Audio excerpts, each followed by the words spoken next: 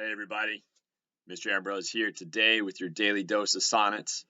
Today we'll be taking a look at Shakespeare's sonnet number 19, which is a really cool sonnet for its use of personification and apostrophe.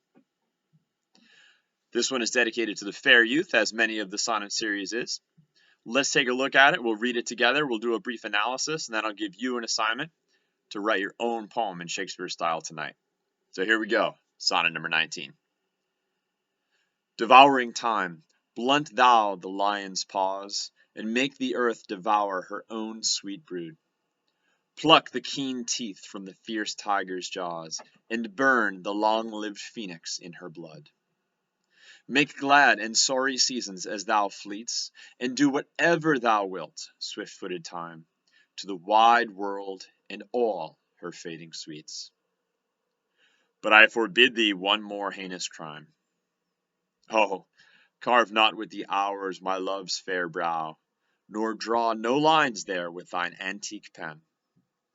Him in thy chorus untainted do allow for beauty's pattern to succeeding men. Yet do thy worst, old time. Despite thy wrong, my love shall in my verse ever live young.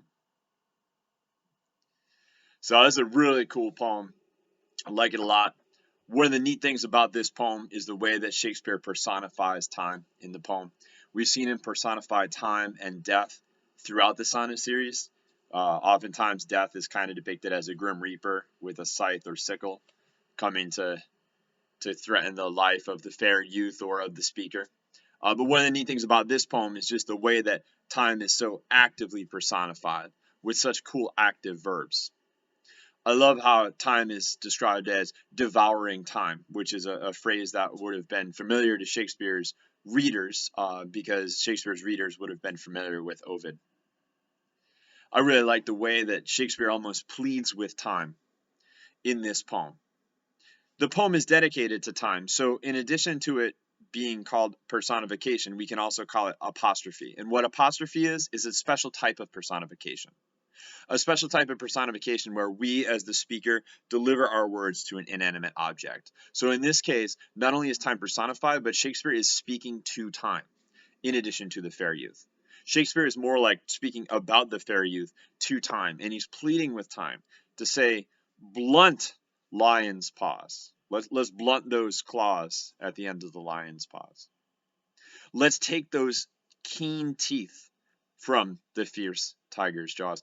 And let's even burn the long-lived phoenix in her blood. So all of these things that time does, he's saying, yes, okay, go ahead and do all those things. Please, continue, time. Who am I to tell you not to do these things? Go ahead and blunt those paws as the lion gets old. Go ahead and take those teeth from the fierce tiger's jaw. Go ahead and do all those things that you typically might do. And even more. Even the mythical phoenix, which typically rises from the ashes. Shakespeare says, time, it's okay. Go and do something with the phoenix. Don't allow that to rise again.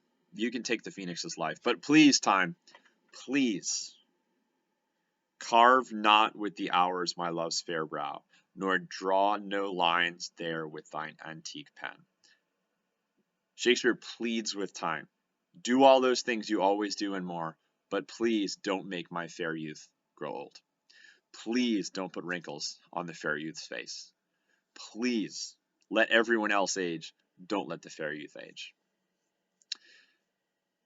Shakespeare's closing rhyming couplet oftentimes offers a summary and ironic twist, as we've talked about before, and this poem is very consistent with that. After Shakespeare pleads with time, acknowledging all those things that time will inevitably do, pleading with time to say, please don't do that to the fair youth, in the end, he acknowledges, okay, time, do thy worst, because despite what you do, my love shall in my verse ever live young. Meaning no matter what time does, the fair youth will live on forever young in Shakespeare's poem. And as we said before, I think Shakespeare has been pretty effective with that, given that he wrote this poem more than 400 years ago. And here today, we are still talking about the youthful beauty of Shakespeare's subject. For tonight for homework, what I'd like you all to do is I'd like you to write a poem using apostrophe and personification. I would like you to write about time. Personify time. Have time do things that typically only people would do. Use apostrophe. By speaking to time, direct the words in your poem directly to time. What do you want to say to time? How do you want to challenge time? How do you want to plead with time?